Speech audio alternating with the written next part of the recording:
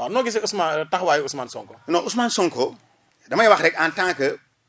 ku yàgg ci politique en tant que ku am expérience politique. ci li may gis. ànduma ak Sonko. Sonko tam bañuma Sonko parce que c'est un homme politique comme moi li muy def itam c'est bien parce que pour nga ràññeeku yow yaay seet naka ngay tooyee sa bopp janax moom nee na anti système la c'est-à-dire wax na ko ñi àndoon ak Ablaye Wade ak Macky Sall ak Abdou Diouf ak Senghor ak ñooñu ñëpp tëf rey mu dee xam nga wax na ko. donc mais administration beeg ñoom ñëpp tëf dindi leen fi loolu da nga am buzz bu mag mais du prospérer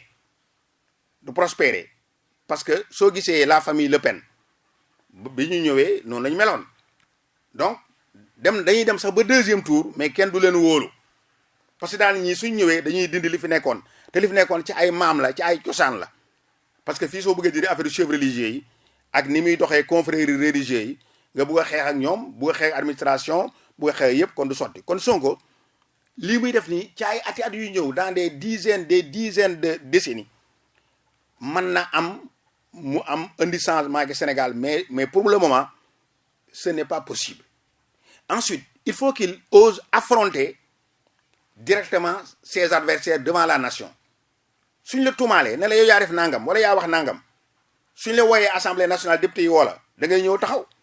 nga wax man dama ne ko man PDS bi nga xamee ne waa PDS yi dañ maa woo commission de discipline ba dama ñëw taxaw maa ngi ñoom ba ngoon jot ñoom ñëpp ñu xam ne Farba Senghor mii soo ko yóbboo secrétaire national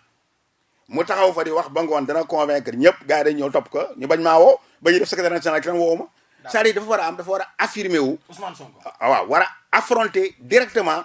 ma ne ses adversaires. mais révélation yi muy def est-ce que jàpp nga ne lu wér la. non loolu politique la rek yu ci bëri politique la. yu ci bëri jàpp naa ne yu ci bëri politique la amul parce que da nga koy wax xam nga sénégalais yi fi mu toll nii dañu nekk ci une politique boo xam ne émotionnelle. Sénégal dafa nekk ci période d'émotion c'est-à-dire nit ñi suñu déggee dara rek